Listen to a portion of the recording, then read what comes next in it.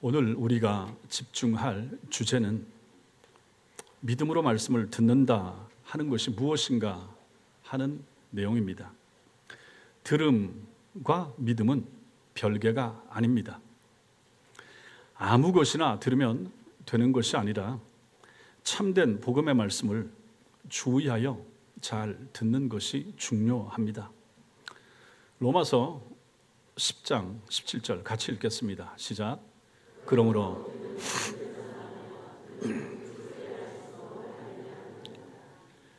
믿음은 어디서 납니까? 무엇을 들음에서 나는 것입니까? 그리스도의 말씀을 잘 들을 때 난다. 여러분이나 저나 마찬가지입니다. 믿음이 더 좋았으면 좋겠다. 믿음이 더 성장했으면 좋겠다. 그런 마음들이 다 있으실 것입니다. 그렇다면 어떻게 해야 그렇게 될 것인가? 들어야 된다. 무엇을 들어야 할 것인가? 바른 하나님의 말씀을 잘 들어야 한다 하는 것입니다. 복음이 선포되는 자리에서 하나님께서 죄인을 거듭나게 하시기를 기뻐하신다. 듣는 자리에서 이 일을 하나님이 이루신다 하는 것입니다. 사람이 거듭나는 데에만 말씀을 듣는 것이 또 필요하거나 중요한 것이 아닙니다. 많은 경우에 여러분들 중에 거듭난 영혼 있으시죠? 그런 분들이 믿음 안에서 잘 자라기 위해서도 우리는 잘 들어야만 하는 것입니다. 그래서 절대적으로 말씀을 듣는 것은 매우 중요합니다. 신앙이 처음 생기는데도 마찬가지고 신앙이 성장하고 성숙해 가는데도 주일 설교를 잘 듣는 것이 얼마나 중요한가 하는 것에 대해서 이 시간 같이 생각을 해보겠습니다. 먼저는 믿음으로 듣는다는 것이 무엇인가 하는 의미를 좀 볼 필요가 있습니다.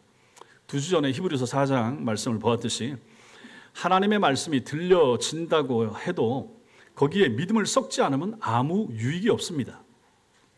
누가복음 8장에서 주님께서 말씀하신 것 있죠. 착하고 좋은 마음으로 말씀을 받는다라고 하는 것은 믿음으로 말씀을 듣는 것을 말합니다. 그러면 믿음으로 말씀을 듣는다 하는 것은 구체적으로 어떤 것입니까? 오늘 여기 사무엘상 3장은 이 질문에 대한 명확한 답을 우리에게 알려줍니다. 어린 사무엘이 성막에서 하나님의 음성을 듣는 이 장면은 단순히 어떤 역사적 사건에 그치는 것이 아니라 우리가 어떻게 하나님의 말씀을 들어야 하는지를 교훈적으로 잘 보여줍니다. 저도 설교하지만 저도 설교하면서 이 말씀을 듣습니다. 여러분도 말씀을 듣습니다. 그 듣는 사람들인 우리가 오늘 이 사무엘의 모습을 통해서 배워야 될 교훈이 있다 하는 것이죠. 사무엘이 어렸을 때 한밤중에 자기를 부르는 음성을 들었습니다. 엄마 아빠와 떨어져서 성전에 맡겨서 성막에 맡겨서 이제 그 성소에서 엘리 제사장과 함께 살고 있습니다. 그때 어느 날 하나님이 찾아오셔서 사무엘을 부르신 것이죠. 그 소리에 어린 사무엘은 아무것도 모릅니다. 그래서 제사장님이 부르셨구나 생각하고 제사장에게로 달려갑니다. 근데 엘리는 안 불렀습니다. 이 일이 3번을 반복을 합니다. 그렇게 되자 엘리 제사장이 깨닫습니다. 아하, 하나님께서 어린 사무엘을 부르시는구나. 이것을 직감하고는 사무엘에게 말합니다. 하나님께서 다시 부르시는 음성을 듣거든 여호와여 말씀하옵소서 주의 종이 듣겠나이다 이렇게 대답하거라 하고 알려줍니다. 마침내 또 한 번 사무엘이 하나님의 부르심을 듣게 되자 그대로 말합니다. 말씀하옵소서 주의 종이 듣겠나이다 라고 말합니다. 자, 이 장면에서 이랬을 때 여기 듣는다, 듣겠나이다 라고 하는 것은 어떤 뜻입니까? 그냥 귀로 듣겠습니다 이것이겠습니까? 당연히 아니죠. 그냥 귀로 듣는 게 아니죠. 들리는 말씀에 순종하겠습니다 이런 의미가 담겨 있습니다. 여러분과 저는 교회를 가시는 한 매주일 설교를 듣습니다. 만약에 이 듣는 것이 믿음으로 그리고 착하고 좋은 마음으로 듣는 것이라 그러면 우리는 어찌 되겠습니까? 들은 말씀에 순종하게 되겠죠. 순종으로 나타납니다. 믿음으로 듣는다 라고 하는 말은 듣고 순종한다 하는 말과 똑같습니다. 예수님의 여러 가지 비유들을 보면 이게 분명해집니다. 마태복음 7장 24절 읽겠습니다. 시작. 그러므로 누구든지 나의 이 말을 듣고 행하는 자는 그 그 집을 반석 위에 지은 지혜로운 사람 같으니리. 나의 이 말을 듣고 많은 사람이 아니고 듣고 행하는 사람, 그 사람이 지혜로운 사람, 이렇게 말씀하십니다. 단순히 듣기만 하는 것이 아닙니다. 참된 들음이라고 하는 것은 행함이 반드시 동반되는 거죠. 야고보 1장 22절도 마찬가지입니다. 시작. 너희는 말씀을 행하는 자가 되고 듣기만 하여 자신을 속이는 자가 되지 말라. 누구에게 하는 말씀인가? 교인들에게 주시는 말씀이라 하는 것이죠. 말씀을 행하는 자가 되고 듣기만 하여 자신을 속이는 자, 교회 안에 많이 있을 수 있다 하는 것입니다. 여기 지금 앉아 계신 분들은 다 듣는 사람들입니다. 그런데 여러분들 중에 듣고도 행치 않는 사람들이 있는 것이죠. 그 사람들은 속이는 사람들이 되는 것입니다. 참된 들음, 믿음의 들음, 이것은 반드시 순종을 동반합니다. 따라서 우리가 설교를 들을 때 우리는 사무엘이 하나님의 부르심 앞에서 말씀하옵소서 주의 종이 듣겠나이다 라고 대답한 것과 같은 태도로, 자세로 듣는 것이 필요합니다. 이것이 바로 믿음으로 말씀을 듣는 것입니다. 여러분과 제가 이런 태도를 가지고 말씀을 들을 수 있게 되길 바랍니다. 두 번째로는 믿음과 순종의 올바른 관계를 봐야 됩니다. 믿음과 순종의 관계를 잘못 이해하게 되면 우리 신앙에 큰 문제가 생기게 됩니다. 히브리서 3장 말씀 읽겠습니다. 시작. 또 하나님이 누구에게 맹세하사 그의 안식에 들어오지 못하리라 하셨느냐? 곧 순종하지 아니하던 자들에게가 아니냐? 이러보건대 하나님의 안식 누가 못 들어갔다고 말합니까? 믿지 아니함으로, 그리고 순종하지 아니함으로 이들은 못 들어갔다 이렇게 말합니다. 듣긴 들었어요. 근데 믿지 않았고 순종하지 않은 것입니다. 18절에는 순종하지 아니하다 하는 것이 19절에서는 믿지 않는다 이렇게 표현이 되고 있습니다. 즉 이것은 같다. 성경이 믿음과 순종을 분리하여 말하고 있지 않더라 하는 것입니다. 신앙생활에서 여러분과 제가 주의해야 될 것이 두 가지 있습니다. 두 가지 잘못된 가르침이 있습니다. 교회 다니면서 신앙생활을 하면서 잘못되게 신앙생활을 하는 두 가지가 있다. 이미 작년에 오후 예배 시간에 배운 적이 있습니다. 첫째가 무엇인가? 율법주의입니다. 율법주의. 첫째가 뭐라고요? 율법주의. 율법주의가 무엇입니까? 이것은 하나님의 법을 지켜서 구원받는다. 율법을 지켜서 구원받는다라고 가르치고 믿고 따라가는 사람. 이 사람들이 바로 율법주의고 이걸 따라가는 사람들은 율법주의자들입니다. 이런 사람들은 뭐라고 말합니까? 믿음이나 은혜도 필요하지만 결국 우리가 율법을 지켜야 구원을 얻는다. 다른 말로 뭡니까? 행위로 구원을 얻는다. 행실을 잘해야, 행동을 잘해야 천당 간다. 이렇게 말하는 사람들이 있다라고 하는 것이죠.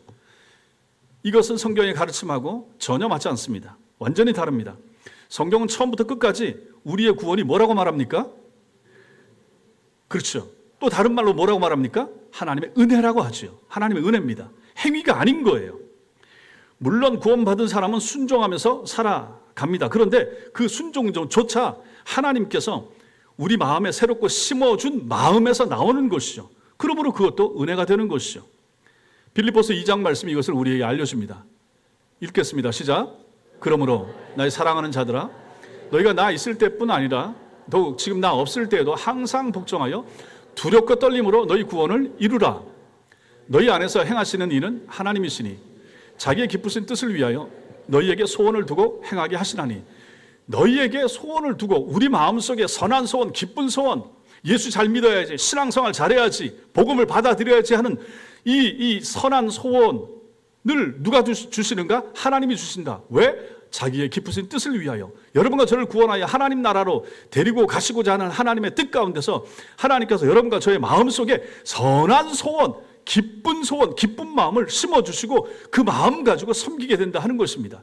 그러니 내가 선한 마음을 가지고 내가 충성합니다, 내가 헌금합니다, 내가 교회를 잘 섬깁니다, 실제로는 그게 아니더라 하는 것입니다. 우리 마음속에 선한 마음, 좋은 마음, 주를 위한 마음이 있다고 하면, 그 마음이 생긴다고 하면 누가 주신 것입니까?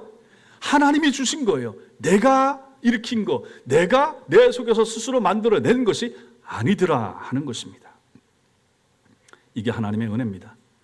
그런데 이걸 가지고 얘기를 하지 아니하고 율법주의, 행위로 구원 얻는다. 행실 잘해야 돼. 행실 잘해야 되죠. 그러나 그거 가지고 구원에 이르고 하나님 나라에 가는 것은 아니라 하는 것입니다. 이걸 얘기하는 사람들 잘못 가르치는 것이고 이게 바로 율법주의입니다.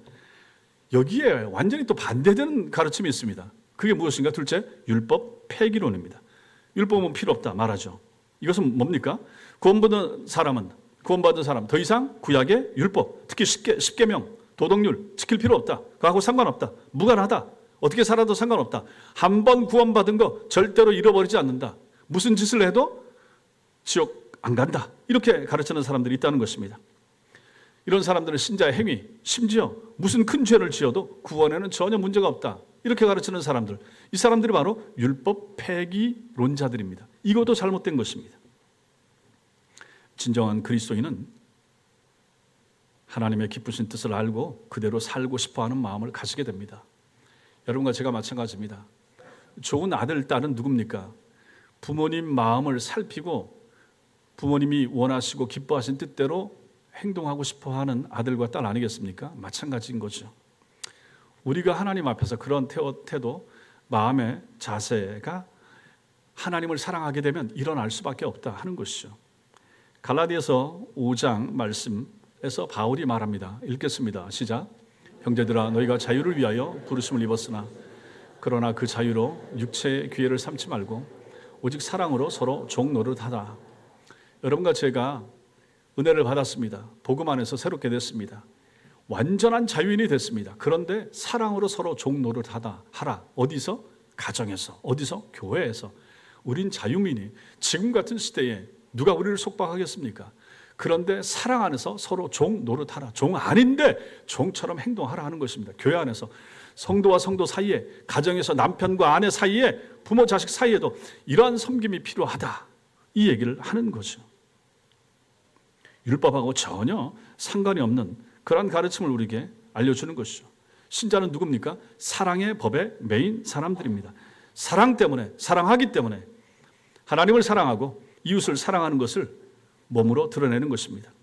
여기서 우리가 꼭 구분할 것이 있습니다. 그건 뭐냐면 믿음과 순종이라는 말과 믿음이 만들어내는 순종, 과연 어떤 것이 더 성경적인가? 믿음과 순종, 믿음이 만들어내는 순종, 뭐일 것 같습니까? 앞일까요? 뒤일까요? 그걸 뭘 고민을 하십니까? 뒤에 거겠죠? 흔히 믿음은 순종을 동반한다 이렇게 말할 때 이것을 믿음과 순종으로 이렇게 표현을 합니다. 틀린 말은 아니지만 이렇게 말하면 순종이 믿음과 별개의 것처럼 들리게 됩니다. 마치 믿음도 있어야 되고 순종도 따로 해야 하는 것처럼 말입니다. 그러나 성경은 그렇게 말하고 있지 않습니다. 로마서 1장 5절이 그것을 알려줍니다. 시작. 그로 말미암아 우리가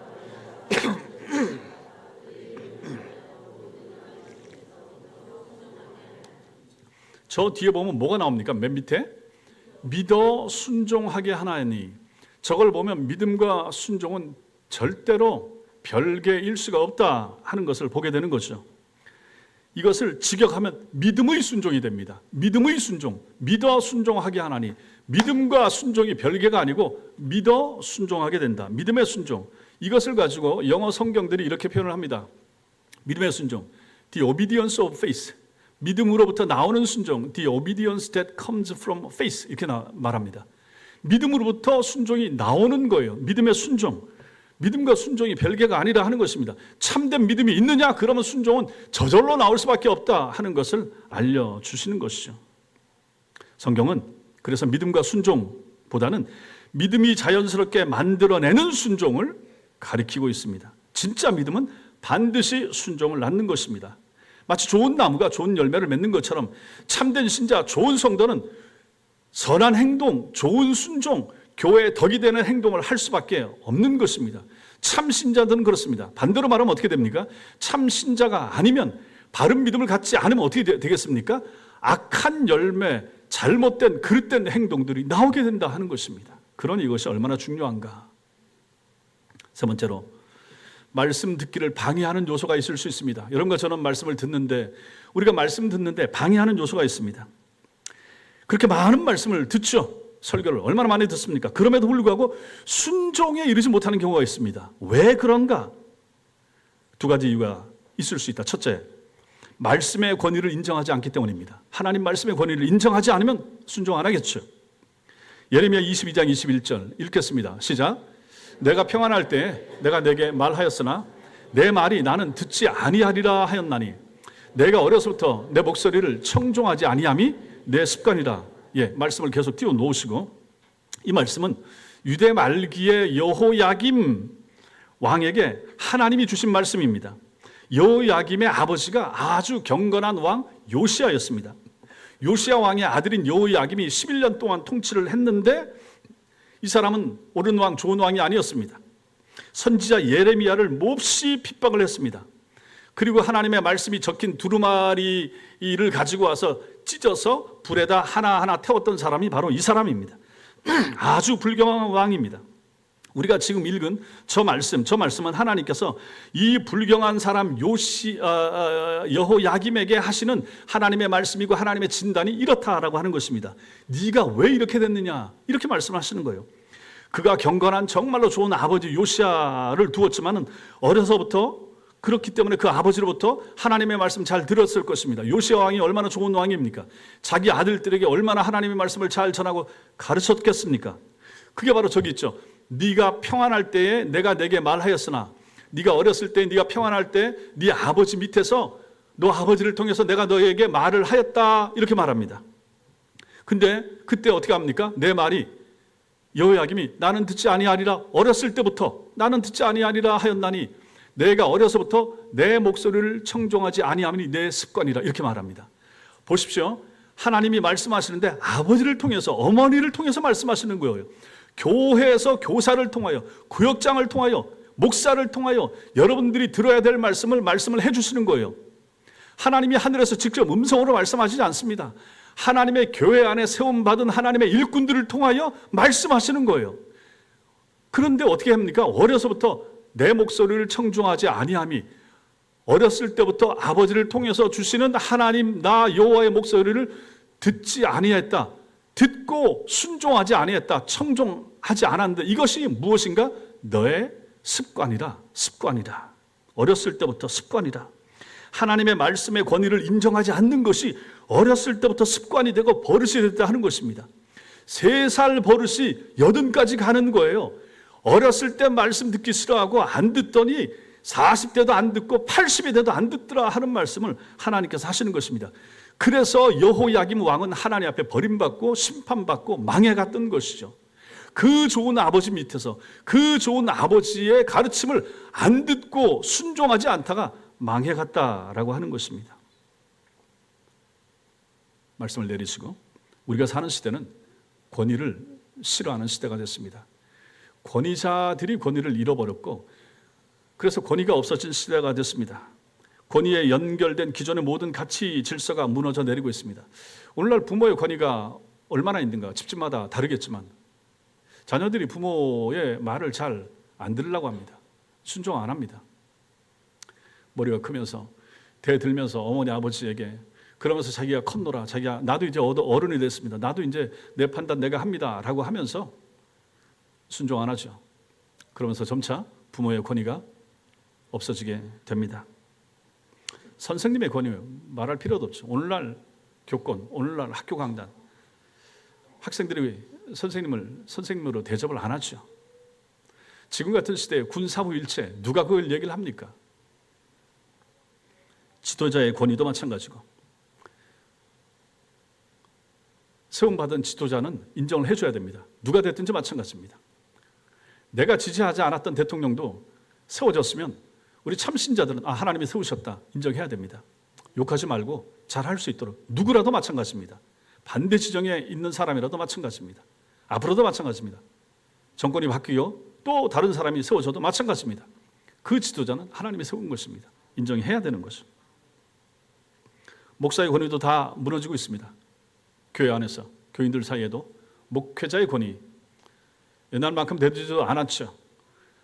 목회자 스스로 권위를 무너뜨린 것도 있고, 교인들도 목회자를 옛날만큼 그렇게 귀하게 가치 있게 내 영혼에 유익을 주는 하나님의 말씀을 매주마다 전해주는 그런 사람으로 대접받지 못하는 그런 시대가 되었습니다.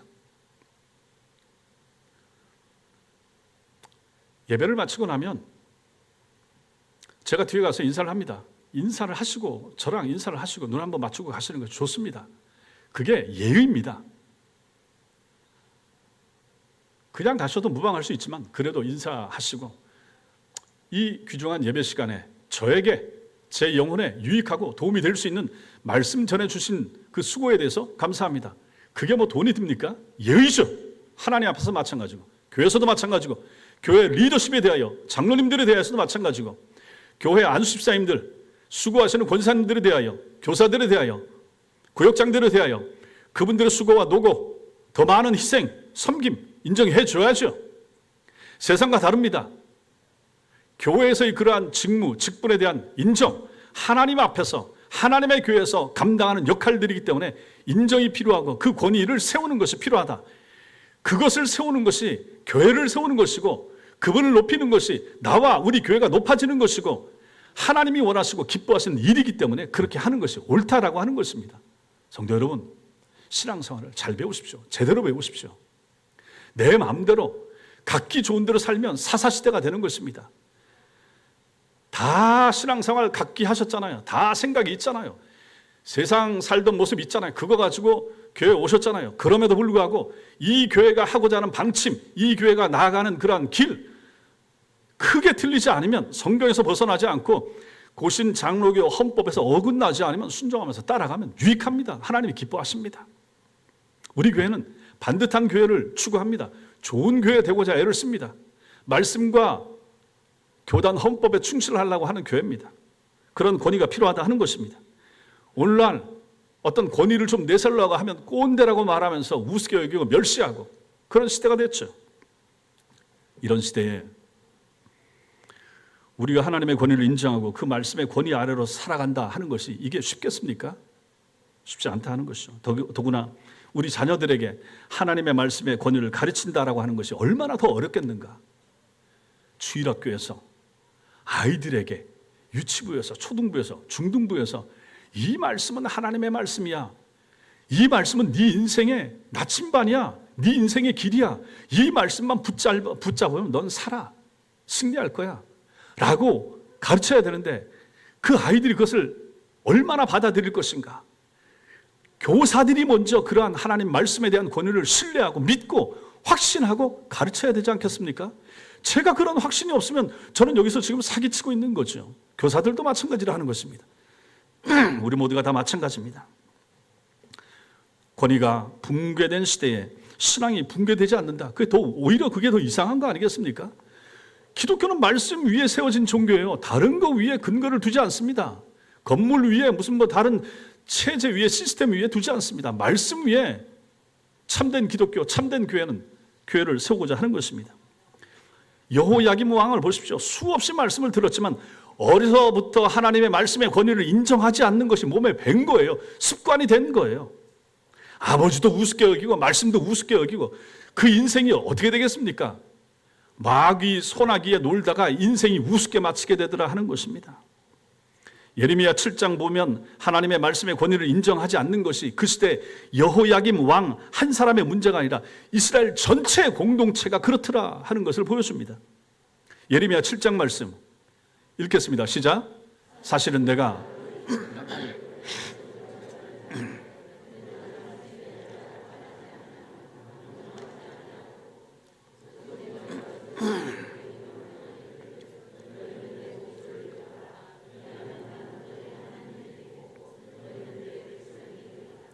하나님께서 이스라엘 백성들에게 가장 원하시는 것은 무엇인가? 제사를 잘 드리는 것인가? 많은 헌물을 바치는 것인가? 아니더라 하는 것입니다. 뭡니까? 순종이죠. 순종입니다. 하나님의 목소리를 듣는 것입니다. 그런데 저들은 어떻게 했습니까? 24절 말씀 시작. 그들이 순종하지 아니하며 귀를 기울이지도 아니하고 자신들의 악한 마음에 꾀와 완악한 대로 행하여 그 등을 내게로 돌리고 그 얼굴을 향하지 아니하였으며 저렇게 살았다 하는 것입니다. 순종하지 않고 하나님 말씀에 귀를 기울이지도 않고 자신들의 악한 마음의 꾀와 완악한 대로 행하여 그 등을 하나님으로부터 돌리고 얼굴을 세상을 향하여 살았다. 이게 하나님의 평가라고 하는 것입니다. 저들이 어떻게 하나님 앞에서 복을 받을 수가 있겠는가 하는 것이죠. 말씀 듣기를 방해하는 두 번째 요소가 있습니다. 그것은 하나님의 선하심을 신뢰하지 않는 태도 때문에 그렇습니다. 하나님은 선하시다. 하나님은 좋으신다. 좋으신 하나님, 좋으신 하나님. 이것을 신뢰하지 못하는 태도. 그게 바로 말씀 듣기를 방해하는 요소가 됩니다. 하나님의 선하심을 맛보고 신뢰하지 못하면 우리는 결코 하나님의 모든 말씀에 순종할 힘을 얻을 수 없습니다. 십계명 보십시오. 하나님께서 십계명 주시기 전에 우리가 매주일 오전에 십계명을 교독하는데 거기 말씀이 나오죠. 출애굽기 20장 2절. 시작. 나는 너를 애굽 땅 종되었던 집에서 인도하여 낸 내 하나님 여호와니라.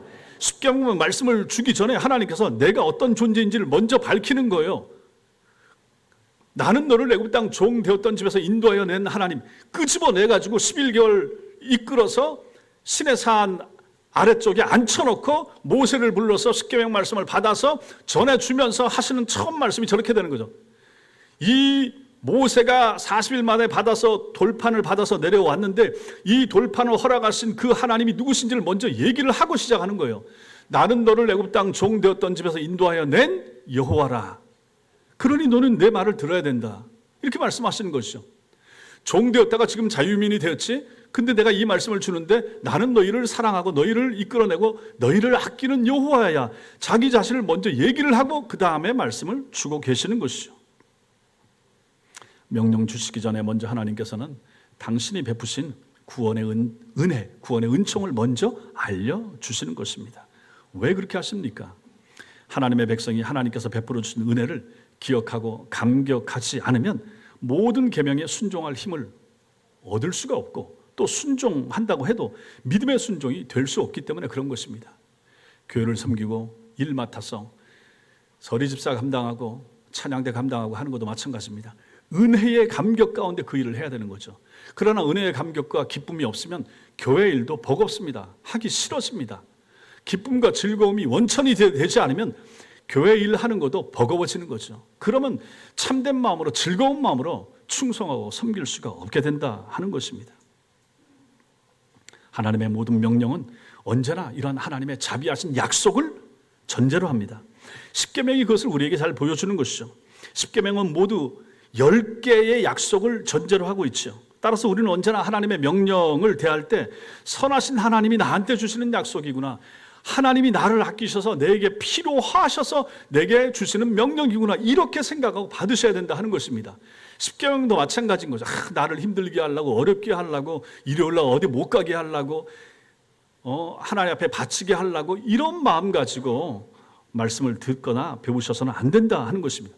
하나님이 사랑하시기 때문에 나에게 복 주시려고 이러한 명령을 주시는 것이나 이렇게 받으셔야 되는 것입니다. 마태복음 6장에서 우리가 이것을 더 분명하게 볼 수가 있죠. 거기 마태복음 6장 산상수훈에 보면 뭐가 나옵니까? 주님은 먼저 구제하라, 구제하고 또 기도할 때 은밀하게 하라 이렇게 말씀하십니다. 또 기도를 가르치고 또 금식할 때도 남한테 보이려고 하지 말고 은밀한 중에 계신 하나님을 의식하고 하라, 금식하라.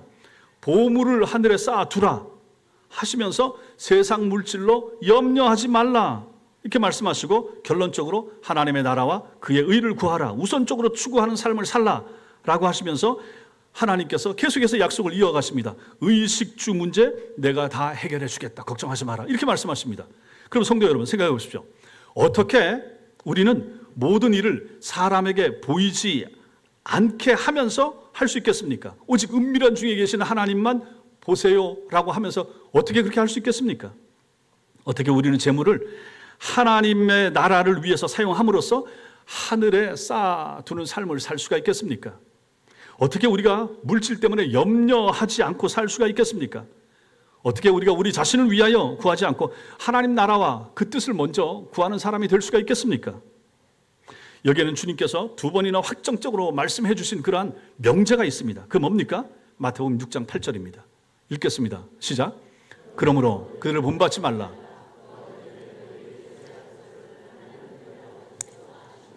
하나님은 내가 기도하기 전에 내게 우리 가정에 필요한 것이 무엇인지 아시는 분이시라 라고 하는 전제를 알면 우리는 이것이 가능해진다 하는 것입니다. 하나님이 내 필요를 아시기 때문에 내가 굳이 그것을 다 일일이 다 구하지 않아도 여러분들이 기도 안 해도 하루를 먹으시고 한 주를 살아가잖아요. 여러분들이 일일이 다 일용할 양식을 다 구하고 월급을 구하고 했기 때문에 하나님이 주시는 것입니까? 아니잖아요. 구하지 않으셨음에도 불구하고 살게 하시고, 여러분이 구하지 않았음에도 불구하고 이만큼 건강하게 하시고, 육체를 유지하게 하시고, 직장생활을 하게 하시고, 다 구했기 때문에 지금 누리는 거 아니잖아요. 하나님은 이런 분이시다, 그걸 알라라고 하는 것이 6장 8절 말씀이 되는 것입니다. 그리고 32절 말씀 읽겠습니다. 시작. 이는 다 이방인들이 구하는 것이라. 너희 하늘 아버지께서 이 모든 것이 너에게 있어야 할 줄을 아시느니라. 믿습니까? 하늘 아버지께서는 우리 필요를 아신다. 이게 우리 기도의 전제가 돼야 되는 거죠. 무슨 헌신과 봉사에도 마찬가지입니다. 하나님이 다 아신다. 이게 아셔도 기도하셔야 됩니다. 아셔도. 단지 아는 것을 넘어서 하나님 아버지께서 공급하시고 채워주신다, 이 사실을 믿어야 한다 하는 것이죠. 우리 하나님은 이런 분이십니다. 그래서 우리는 사람의 인정에서 자유로울 수가 있죠. 사람이 나를 인정 안 해도 하나님이 인정하신다, 그러면 됐다, 이런 마음, 세상 염려에서 자유할 수 있죠. 눈에 보이는 현실, 어려움, 너무 근심 걱정 말라는 얘기입니다. 하나님이 모른 채 그 일이 내게 오지 않는다, 수차례 제가 얘기하죠. 그게 하나님의 섭리라고, 하나님의 주권 가운데 되는 일이라고. 하나님이 모르시는 일이 내 인생 가운데, 내 삶 가운데, 우리 가정에 절대로 오지 않는다고. 재수가 없어서 우연히 일이 발생한다고 그렇게 생각하지 말라고 누누이 말씀드렸죠. 성경은 그렇게 얘기하지 않습니다. 심지어 기도할 때도 하나님 자신으로부터 자유하여 하나님의 이름과 나라의 뜻을 구할 수 있게 되는 것이죠. 하나님 앞에서. 만일 하나님의 선하심을 맛보지 못하고 신뢰하지 못한다면 우리는 하나님의 약속을 믿지 못할 것이고, 이것을 믿지 못하면 우리는 하나님 앞에서 순종하는 삶을 살지 못할 것입니다. 여러분 한번 생각해 보십시오. 병원에 갔습니다. 의사가 약을 처방을 해줍니다. 제가 최근에 이 어깨 쪽도 좀 통증이 있고 해서 정형외과를 가서 한 군데 병원을 갔더니 아무 소용이 없어서 또 다른 병원을 갔습니다. 그래서 3일치를 먹고 치료를 받고 물리치료를 받았는데 좋아졌어요. 어제 또 갔습니다. 또 갔더니 또 똑같은 물리치료를 해줍니다. 또 똑같은 약을 지어줬어요. 근데 그 처방전을 가지고 약국에 가지 않고 그냥 주머니에 넣어서 그냥 돌아왔습니다. 야, 이건 뭐 이 정도면 괜찮을 것 같은데? 그랬더니 우리 집사람한테도 한 소리 들었죠. 시키는 대로 안 한다고. 할 때 해야지 말이지. 처방전을 받아서 약국에 갖다 주고 약사한테 약을 받아와도 마찬가지입니다. 야, 이거 정말 제대로 약 지어준 거 맞나? 이거 먹어서 정말 효과 있을까? 만약 그런 생각을 하게 되면 어떻게 되겠습니까? 스스로 의사고 스스로 약사인 사람들이 얼마나 많습니까? 이거 내가 해봤는데 다 안 돼, 이런 사람들이 있죠. 이거 약 소용없어, 그래서 안 먹어, 이렇게 된단 말이죠. 그 약사나 의사를 신뢰하지 못하면 처방에 따르지 않게 될 것이라 하는 것이죠. 마찬가지입니다. 우리가 하나님에 대한 신뢰가 없어도 이렇게 되는 거죠. 하나님에 대한 신뢰가 없으면 하나님께서 주신 처방인 하나님의 말씀을 순종하지 않게 된다는 거죠. 여러분과 제가 하나님 말씀에 잘 듣고 순종하려고 그러면 결국 이 말씀을 주신 하나님에 대한 신뢰가 전제가 된다 하는 것이죠. 그 하나님을 믿고 의지할 때 그분이 우리 가정에 필요한 말씀으로 이 말씀을 주고, 그래서 내가 믿습니다, 받아들이게 되는 거죠. 하나님이 나를 사랑하십니다. 그 사랑하시는 하나님이 오늘 우리 교회 목사를 통하여 내게 필요한 한 주간에 필요한 양식인 말씀을 주십니다라고 받게 되는 거죠. 그리고 그 말씀에 순종하게 되는 거죠. 이 모든 것의 전제가 무엇인가? 하나님은 선하시다, 하나님은 좋은 분이시다, 하나님은 여전히 나를 사랑하신다. 나를 회심하게 하고 나를 거듭나게 하셨던 그 하나님은 나를 사랑하시기 때문에 이번 한 주간에 필요한 양식의 말씀을 우리 목사님의 입에 담아서 내게 주신다라고 우리는 들어야 되고 생각해야 되고 받아야 되고 그 말씀에 순종하셔야 된다 하는 것입니다. 그러한 신뢰의 결핍이 결국 모든 불순종의 원인이 되는 것입니다. 마지막 네 번째로, 말씀을 들을 때 주의할 것이 있습니다. 주의해야 됩니다. 두 가지. 첫째, 설교를 들을 때 이 말씀이 절대적인 하나님의 말씀이며 살아계신 하나님께서 피조물인 나에게 주시는 말씀이라는 그 인식이 필요합니다. 그 마음을 가지고 들어야 됩니다. 인격적일 뿐 아니라 우주의 주권자이신 하나님께서 내게, 여러분들에게 주시는 말씀입니다. 여호야김처럼 어려서부터 하나님의 말씀의 권위를 우습게 여겼던 그 습관적인 잘못을 우리는 반복하면 안 됩니다. 평안할 때 하나님의 말씀에 귀를 기울이고 그 말씀에 청종하기를 배우십시오. 그래야 평안하지 않을 때도 그 말씀으로 위로와 힘과 평강을 얻게 되는 것입니다. 지금 당장 절실하게 느껴지지 않는 그때에 하나님의 말씀을 절실하게 받는 훈련을 하십시오. 그래야 여러분이 절박하고 위급한 상황에서 말씀을 들을 수 있게 되는 것입니다. 지금 하나님의 말씀을 귀중하게 여기지 않는데 어렵고 힘든 순간에, 위기의 순간에 아이고 말씀 붙잡아야지, 말씀 펴야지, 이게 되겠는가? 잘 안 됩니다. 군인들이 훈련을 왜 저렇게 많이 합니까? 언제 터질지 모르는 그 단 한 번의 전시 상황을 위하여 끊임없이 준비하고 18개월 있다 제대하고 저 같은 경우 35개월 있다 제대하고 이렇게 되는 거 아닙니까? 전쟁이 일어나지 않았어요. 그 전쟁을 대비하면서 준비하는 거죠. 마찬가지입니다. 말씀도 그렇게 준비하는 거죠. 시편 119편 11절 읽겠습니다. 시작. 내가 주께 범죄하지 아니하려 하여 주의 말씀을 내 마음에 두었나이다. 주의 말씀을 내 마음에 두면 내가 범죄를 덜하게 되는 거예요. 죄를 덜 짓게 되는 거예요. 하나님의 말씀이 무섭거든요. 하나님의 말씀이 심판을 명하거든요.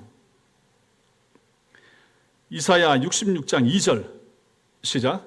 무릇 마음이 가난하고 심령에 통회하며 내 말을 듣고 떠는 자 그 사람은 내가 돌보려네요. 하나님이 누구를 돌보시는가? 하나님이 누구를 돌보시는가? 마음이 가난하고 심령에 통회하며 회개하고 하나님의 말씀을 듣고 두려워하는 사람, 떠는 사람, 말씀이 너무 무겁다. 이 말씀이 너무 놀랍다. 이 말씀이 나를 책망하면 어떡하지? 이러한 마음의 자세를 가진 사람이 하나님의 사랑을 입고 하나님이 그 사람을 돌보신다 하는 것이죠. 이런 사람이 죄를 짓겠습니까? 범죄하겠습니까? 가정생활, 사회생활 엉망으로 하겠습니까? 그럴 리가 없다라고 하는 것이죠. 하나님의 말씀을 들을 때 주의해야 될 두 번째가 있습니다. 설교를 들으실 때 말씀하시는 하나님이 어떤 분이신가를 생각하면서 계속 묵상하면서 들은 것입니다. 우목사가 말하는 것으로 듣지 마시라 하는 것입니다.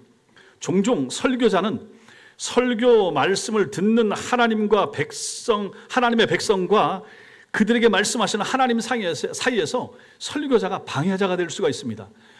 하나님께서 하나님의 백성에게 말씀을 하시는데 설교자를 통해서 말씀하십니다. 그런데 이 설교자 때문에 방해가 될 수가 있다. 하나님의 말씀을, 온전한 말씀을 듣는데 방해가 될 수가 있다 하는 것이죠. 이것은 저를 포함한 모든 설교자가 유념해야 할 사항이 됩니다.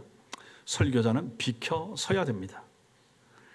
회중이, 성도들이 선포된 말씀으로 하나님을 직접 만날 수 있도록 그 사이를 막아서지 않고 비켜서야 됩니다. 목사가 다 하는 것처럼, 목사가 주인공인처럼 하나님을 배제한 채 목사의 음성으로 성도들을 가르치고 지도하려고 하는 것처럼 보이지 않도록 조심해야 된다. 이게 모든 설교자들이 조심해야 될 요소가 되는 것입니다. 설교자의 의도, 설교자의 생각을 묵상하지 마십시오.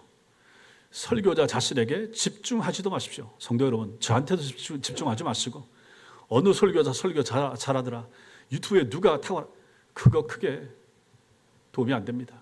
설교자가 문제가 아닙니다. 말씀을 내가 어떻게 듣고 내가 순종할 것인가가 중요합니다. 스피커는 중요하지 않습니다. 그 말씀의 원저자가 중요합니다. 스피커의 의도 귀 기울이지 마십시오. 설교자들에게 좌지우지 되지 마시라 하는 것입니다. 이 말씀하시는 하나님이 누구신가? 이 말씀을 하나님께서 왜 나에게 주시는가? 그 하나님 어떤 분이신가? 그것을 묵상하시라 하는 것이죠. 그 선하신 하나님의 자비하신 의도가 무엇인가?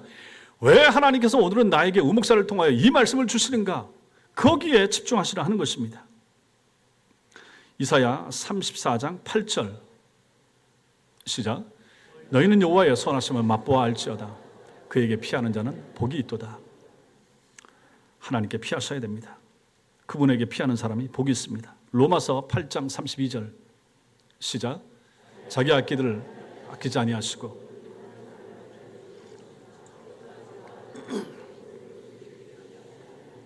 성도 여러분, 이 말씀 믿으십니까? 정말 믿습니까? 자기 아들 예수 그리스도를 줬어요. 여러분도 마찬가지, 자녀 최고 아닙니까? 여러분들의 인생에 있어서 성부 하나님께도 마찬가지입니다. 성자 예수님을 아끼지 아니하고 주셨어요. 그럼 뭘 못 주겠습니까? 근데 여러분과 저의 삶에 이게 필요해요, 이게 부족해요, 왜 하나님 왜 이거 안 주세요, 왜 이 기도 응답 안 해주세요? 우리는 그런 말을 할 수가 있죠. 저 말씀을 묵상해 보시라 하는 것입니다. 내게 필요 없으니까, 아직은 때가 아니니까 안 주시는 거예요. 아니면 내가 좀 더 성숙해야 되니까 그때까지 기다리시는 거예요. 지금 당장 주시기에는 하나님이 적합하지 않아서 안 주시는 거예요. 아들까지 내어줘서 여러분들 위해서 살리고자 하신 분이 뭘 아까워서 안 주시고 못 주시고 숨겨두시겠습니까? 그러지 마시라 하는 것입니다. 사랑하는 성도 여러분, 말씀하옵소서 주의 종이 듣겠나이다. 이 고백은 단순한 듣기가 아니라 순종의 결단을 촉구하는 말씀입니다. 매주 예배 때마다 여러분들은 하나님의 말씀을 듣습니다. 근데 그 말씀이 과연 여러분의 삶에 어떻게 적용이 되고 있는가 돌아보십시오. 과연 여러분들 그 말씀에 순종하시는가? 그 여태까지 들은 말씀 때문에 얼마나 삶을 교정하고 계시는가? 얼마나 고쳤는가? 얼마나 변화됐는가? 돌아보시라 하는 것입니다. 점검해 보셔야 됩니다. 하나님의 말씀은 우리를 정죄하려고 주시는 것이 아닙니다. 우리를 사랑하시는 하나님께서 여러분과 저 우리의 참된 행복과 영원한 복을 위하여 말씀을 주십니다. 그 말씀 안에서 십자가에서 아들까지 아끼지 아니하시고 내어주시는 하나님의 사랑을 맛볼 수 있어야 되는 것입니다. 그 사랑을, 그 하나님의 사랑을 맛보고 알 때 우리는 하나님의 모든 말씀을 기쁨으로 순종할 수 있습니다. 생각해 보십시오. 아내에게 헌신하고 남편에게 헌신하고 잘하려고 하는 것은 믿기 때문입니다. 신뢰하기 때문입니다. 사랑하기 때문입니다. 하나님 앞에도 마찬가지입니다. 모든 신자들의 태도와 자세가 이래야 되는 것이죠. 그 하나님, 나를 사랑하시는 하나님, 내 영혼을 구원해 주신 하나님, 내 영혼을, 우리 자녀들의 영혼을 하나님 나라까지 이끌고 인도해 가실 그 하나님, 이 하나님을 묵상하시면, 이 하나님의 선하신 힘을 아신다면 우리는 하나님의 말씀 앞에 순종하게 될 것입니다. 교회 치리 앞에, 교회의 지도와 가르침 앞에 복종하게 될 것입니다. 잘 섬기려고 애쓸 것입니다. 그 사람이 참 성도입니다. 그 사람이 참된 하나님의 백성들이 되는 것이죠. 신앙생활은 이렇게 하셔야 되는 것입니다. 이렇게 하나님 말씀 앞에 순종하고 삶으로써 여러분들이 참 신자인 것을 드러내는 그러한 하나님의 백성들 다 되시기를 주님의 이름으로 축원합니다. 기도하겠습니다.